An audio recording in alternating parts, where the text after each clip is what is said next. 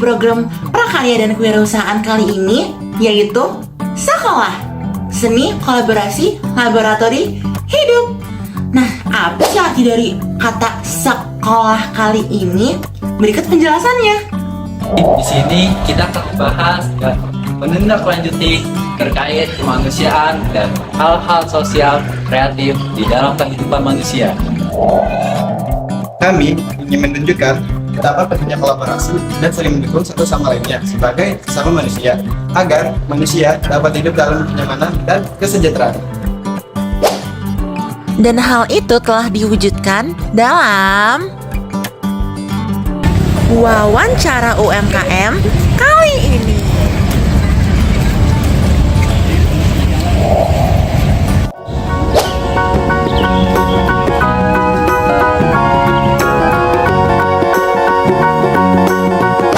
Sekarang kita bakal nanya sama pelaku UMKM dan juga usaha yaitu pecel mendoan di GBK. Oke, langsung aja kita pengen nanya. Halo Ibu, selamat siang. Sebelumnya nama Ibu siapa ya Bu? Oke, Ibu Nanik. Nah, Ibu Nanik sebenarnya Ibu nih jualan apa dan udah berapa lama sih Bu jualan di GBK ini?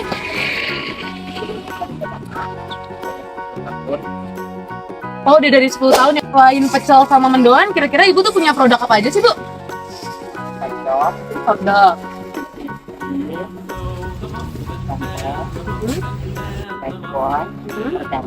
Oh, berarti sama ini ya, Bu, yang sebelah sini ya? Oh, jadi satu. Oke.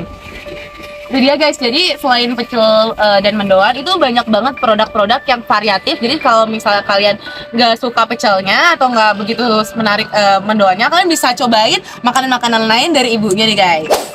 Nah, pertanyaan selanjutnya nih, kira-kira berapa sih untuk modal awal yang Ibu keluarkan nih untuk usaha kali ini? Dan juga kalau boleh tahu nih Ibu, modalnya itu dari uang pribadi atau dari pinjaman? Uang pribadi. Kalau masalah model saya nggak bisa ngomong karena kan kalau di sini tahu sendiri sewanya mahal, sehari 1.100.000. Sebulan di sini 33 juta. Ibu ada informasinya. Dan selanjutnya, kira-kira berapa sih Ibu keuntungan perharinya? Ya, terima kasih banyak Ibu atas informasinya. Jadi gitu guys, jadi ternyata modalnya tuh lumayan besar nih kalau misalnya teman-teman mau buka usaha di area GBK ini. Dan juga kalau misalnya untuk keuntungan dan juga hasilnya itu masih menjadi privasi dari ibunya sendiri. Oke, kita lanjut ke pertanyaan berikutnya ya. Ibu kira-kira kan pastinya Ibu mendapat keuntungan yang besar. Nah, kira-kira pas Ibu dapat keuntungan itu Ibu pergunakan untuk apa? Investasi. Oke. Terus selanjutnya biasanya kalau misalkan penutup jualan pasti ada closingan mencatat kan, kayak pembukuan. Nah, itu gimana cara Ibu mencatat pembukuan itu? Ya, antara pemasukan sama pengeluaran ya pasti kita catat dalam buku besar. Kita seperti menggunakan akuntansi, jadi harus prepare untuk pembayaran sewa, untuk modal, untuk bayar karyawan, untuk keuntungan baru kita tahu keuntungan kita dapat. Terima kasih Bu. Tanya lagi ya Bu, untuk apakah tujuan dari membuka usaha pecel mendoan itu untuk apa? Apa penghasilan keluarga? Selanjutnya, apakah pernah mengalami kesulitan dalam mengatur keuangan penjualan kali? Yang namanya pedagang pasti ada untung-untungnya, dengan pernah kesulitan gitu, COVID kita kan nggak bisa jualan, kita nggak bisa ketemu orang, bagaimana kita mau jualan kalau kita nggak ada orangnya. Oke, tanya lagi ya Bu. Pasti kan Ibu pernah mengalami kerugian kan? Nah, gimana caranya Ibu mengatasi keuangan yang sedang menurun atau sedang tidak laku? Cara mengatasinya gimana? Ambil tabungan. Terus strategi yang akan dilakukan Ibu biar dagangan Ibu tuh dikenal oleh orang lain itu gimana? Kalau di BK kita nggak usah promosi, banyak orang vlogger ke sini, kita viral. Dari situ kita yang penting kita itu rasa. Kalau rasa kita enak, kita nggak usah promosi juga, pembeli datang sendiri. Jadi kita nggak pernah ya sedikit terus kita punya standar. Jadi Kalau promosiin apa namanya jualan ini tuh biasanya di mana? Yang paling aktif? Promosinya tuh jarang, tapi kebanyakan kalau sekarang kan media sosial gitu, dan food blogger banyak yang sini. Kita juga banyak artis-artis yang datang ke sini, kayak Gisel, kayak musikus itu banyak yang review di sini tanpa kita promosi. Yang penting kita jualan itu standar mutu. Kalau standar mutu kita bagus, dengan kita yang jual bagus, otomatis kita akan laku mbak, tanpa promosi. Di sini nggak usah promosi mbak, lihat sampai pagi. Oke Bu, terima kasih. Selanjutnya biasanya Ibu tuh pernah nggak sih kayak apa namanya ngasih diskon atau kayak banding gitu harga? Terus ngasih diskon untuk apa? Misalkan kayak ada event-event terus biar kayak apa namanya jualan Ibu tuh lebih rame gitu. Tidak pernah sama diskon karena di sini gitu ya, sewanya juga udah mahal, kita kelihatan mutu aja, nggak ada diskon kak. Di sini orang yang ke kita itu kan orang menengah ke atas, nggak usah di diskon. Kita udah sebelum beli kita kan udah ada press list daftar harga, jadi mbak nggak usah kan, kita nggak berbohong, udah ada press list, udah ada daftar harga, silakan. Kalau mau disupport nggak ya silakan, kita nggak bisa turun harga. Gimana turun harga kalau dari sewa aja mahal, biar karyawan, biar ini ya, kita tingkatkan mutu aja. Oke, selanjutnya kira-kira ada nggak sih Bu pesaing berat di sini? Kayak terus cara ngatasin untuk mengalahkan pesaing itu tuh gimana? Namanya perdagangan pasti ada saingan, tapi ya, kita kan punya ciri khas sendiri kak. Saya ciri khasnya begini, yang sebelah sini kan ya kita serahin sama Gusti Allah, kematur rezeki dari yang atur. Oke Bu, terima kasih. Oke, jadi lanjut ke pertanyaan selanjutnya. Nah, jadi kan Ibu kan sudah berpengalaman nih dalam bidang buka usaha dan juga misalnya berdagang. Kira-kira dari Ibu sendiri pernah nggak mengalami atau menghadapi nih pelanggan yang bersifat baik maupun buruk? Kira-kira sifat baik dan buruknya itu apa saja ya Ibu? Kalau sifat baiknya kadang-kadang pelanggan kan merasa puas, merasa cocok dengan produknya. Kalau yang kadang-kadang di sini ada pelanggan juga yang marah-marah karena mungkin nggak sabar antri, ada yang ngebuat antrian, ada yang bilang itu kan sebagai pedagang ya senyumin aja gitu, nggak usah kita balas aja. Ya udah, namanya juga karakter orang kan beda-beda, kita harus namanya pedagang ya kita harus ya namanya ngelayanin ya udah, ada yang baik dan buruk kita bilang aja yang baik, kita percaya kita biarin aja, namanya pelanggan kan terserah juga. Ya, dan ternyata ada baik buruknya juga yang kita alami sebagai pedagang maupun pengusaha. Oleh karena itu kita sebagai seorang yang mau tetap untuk berusaha, kita nggak boleh menyerah dan harus tetap tentunya nih, ya benar, semangat untuk menjalani kehidupan usaha kita. Oke guys, lanjut ke pertanyaan selanjutnya. Ditanya lagi Bu, untuk biasanya nih Ibu membeli bahan-bahan jualannya ini di mana? Apakah di pasar atau di yang lain? Kalau untuk sayuran di pasar, kalau untuk kayak ini kayak apa nih, pack kue gitu-gitu dari toko plastik ntar diantar sini, jadi dari toko plastik sini. Kalau untuk lem mineral dari agen langsung di sini. Baik, terima kasih Bu. Untuk pertanyaan selanjutnya nih, kira-kira stok yang biasa dijual di sini tuh kira-kira apakah selalu habis ataukah ada yang masih tersisa? Kita kalau untuk sayuran kita selalu fresh, jadi kita misalnya sudah habis baru kita ke pasar ambil lagi, jadi tidak ada barang sisa. Terima kasih Bu. Oke guys, jadi kayak gitu. Biasanya nih untuk menjual mendoan ini dia belinya di pasar, dan untuk lain-lainnya biasanya beli di toko-toko plastik atau toko air. Nah, dan untuk stok di sini tuh selalu habis terus kan, makanya setiap hari disediakan barang-barang yang fresh. Oke, pertanyaan selanjutnya, berapa jumlah porsi yang dapat dihasilkan pada satu hari saat ramai? 500. Wah, buset. Yang bener Mas. 200 ya. Oke, untuk pertanyaan selanjutnya, bentuk distribusi apa yang Anda lakukan dalam usaha kali ini?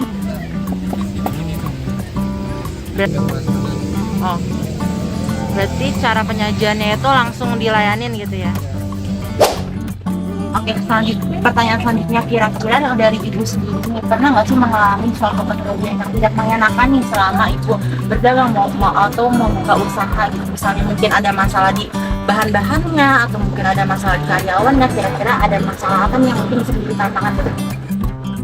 Kalau bahan-bahannya ya selama ini sejauh ini nggak ada. Kalau kita mau ke pasar semuanya tersedia. Kalau karyawan ya sama aja mas, biasa aja, nggak ada. Nah, pertanyaan terakhir nih Ibu, kira-kira selama Ibu sudah membuka usaha kali ini, ada nggak Ibu misalnya kayak harapan atau cita-cita atau mungkin hal yang ingin dicapai nih sama Ibu gitu loh, setelah misalnya Ibu membuka usaha kali ini?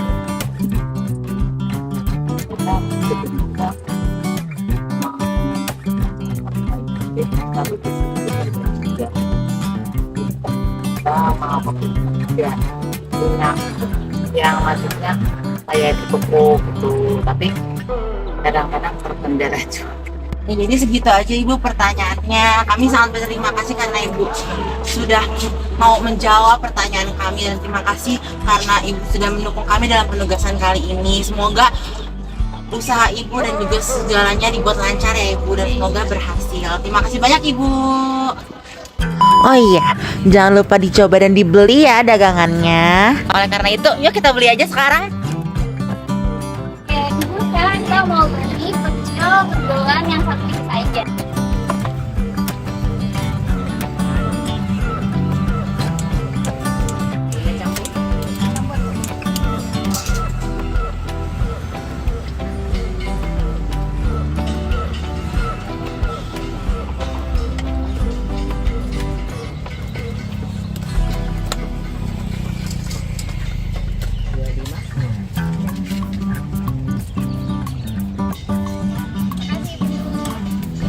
Oke guys, sekarang kita udah dapet nih pecel mendoannya. Mari kita coba. Oke, supaya bisa lebih meyakinkan nih teman-teman akan rasanya, kita cari testimonial dari orang-orang di sekitarnya yuk. Tapi nih perlu teman-teman ketahui, meskipun keadaan itu memang sudah malam, tapi mendoan pecel GBK ini tetap saja memikat para pelanggan. Makin malam, makin ramai. Nah, aku dengar kedua orang di depan ini beli porsi pecel mendoannya tuh banyak banget. Nah, cocok nih kayaknya jadi bahan testimonial kita. Jujur sedikit takut kalau misalnya aku jadi mengganggu mereka, tapi ternyata mereka mau diajak omong. Oke, jadi sebelumnya Bapak Ibu tadi pesen dari mendoan pecel GBK di sana ya? Betul. Nah, yang pertanyaan pertama nih, kira-kira kenapa Bapak Ibu mau beli di mendoan pecel kali ini? Apa ya? Rekomen sih. Iya, dari teman sih. Dari teman ada yang bilang enak. Ya cobain deh. Oh gitu. Nah, kalau menurut Bapak Ibu sendiri kira-kira rasanya kayak gimana nih? Dan juga harganya apakah sesuai dengan apa tuh namanya makanannya? Nah, kalau ini kan sebenarnya saya ditraktir. Jadi ada rekomendasi gitu, enak. Oke. Nah, kalau yang harganya tuh boleh ke yang traktirnya nih. Baik. Harganya gimana? Oh, harganya cukup mahal. Harganya cukup mahal dengan kualitas yang sama. Lagi cuman memang bisa dimaklumi karena bisa enak satu dan bisa ada prosesnya itu lumayan bersih lah. Jadi ya lumayan dengan harga segitu lumayan ikhlas lah. Karena rebusnya depan mata, di situ kan kita bisa ngintip kan dapurnya mereka. Oke, berarti sangatlah membumi dan sangatlah jujur untuk semua pelayanannya. Iya, bisa dibilang gitu. Oke. Nah, selanjutnya, kalau dari Bapak Ibu sendiri, kira-kira apakah ada saran nih untuk dari makanannya sendiri dan juga untuk kedepannya? Paling nambah variasi sih, kayak nambah misalkan ayam gitu kali ya, ayam goreng gitu, atau lele itu boleh. Oke. Apa? Bala-bala? Gorengan gitu. Oh, gorengan lain. Kayak tahu gitu. Tahu kan ini udah ada tahu. Isi lah. Mungkin kayak buat cemilan awalnya gitu lah sebelum ke makanan beratnya kayak misalnya gitu. Oh, oke. Iya. Variasi aja sih. Ke variasi cemilan nih. Oke, berarti lebih ke arah variasi, harus lebih bervariasi ya makanannya. Betul, gitu. itu. Rawon beda lagi toh. Enggak gitu. Saya orang nggak pecel tuh sama yang rawon. Nah ini fun fact. Nah ini beda nih. Tapi gimana Bapak? Coba di zoom. Iya, tapi lihat pasar juga lah. Kayaknya kalau untuk di sini paling variasinya tambahan gitu aja dikit-dikit. Fokus ke pecelnya aja. Oke, siap. Oke, jadi itu aja pertanyaan dari aku. Maaf sebelumnya kalau misalnya jadi merepotkan. Oke, jadi sebelumnya terima kasih banyak ya Bapak Ibu atas respon dan juga apresiasinya. Terima kasih banyak.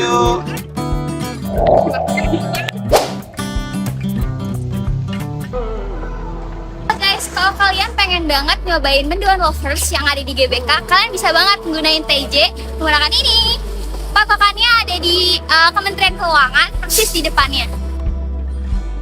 Jadi patokannya ada Kementerian Keuangan, terus kita bisa masuk melalui gerbang yang ini nih, warnanya hitam. Dan kalau misalnya teman-teman sudah menemukan patung Bung Karno, nah teman-teman udah nyampe nih di lokasi usahanya itu berada.